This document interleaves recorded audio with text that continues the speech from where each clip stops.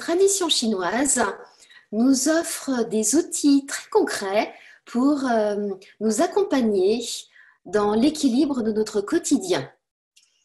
Alors, commençons par le début. Au départ, la tradition chinoise considère que tout émane du qi primordial, d'une énergie située dans ce qu'on appelle le ciel antérieur, dans la tradition chinoise, c'est-à-dire le monde du sans forme, de l'indéfinissable. Le ciel antérieur est hors espace-temps. Et dans ce ciel antérieur, donc, règne le qi primordial, cette énergie qui est à l'origine de tout ce qui existe, de toute la création.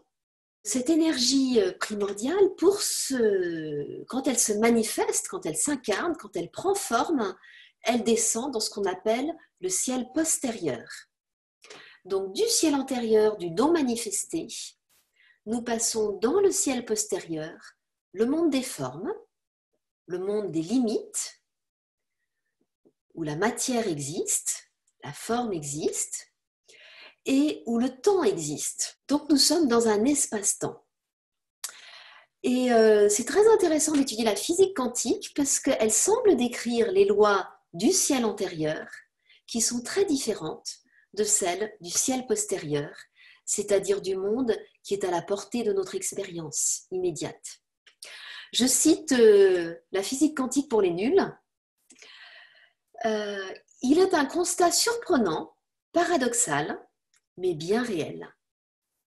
Les lois qui gouvernent le monde quantique, donc le ciel antérieur, selon le vocabulaire de la tradition chinoise, ne sont pas les mêmes que celles qui régissent le monde qui nous entoure, donc ce qu'on va appeler le ciel postérieur en tradition chinoise. Et c'est ce que dit la tradition chinoise. Ce sont deux mondes distincts qui fonctionnent différemment. Et prendre conscience de ces différences peut être utile pour maintenir un équilibre physique, mais aussi pour parvenir à un accomplissement intérieur, à un bien-être profond. Puisque nous sommes faits, ces deux dimensions coexistent en nous. Nous avons une partie de nous qui est illimitée, en lien avec l'unité, avec ce un, avec notre origine, avec ce ciel antérieur. Et puis, nous avons notre dimension limitée, qui appartient au ciel postérieur, au monde des formes, qui correspond à nos actions, à l'expression de notre être, de notre intérieur.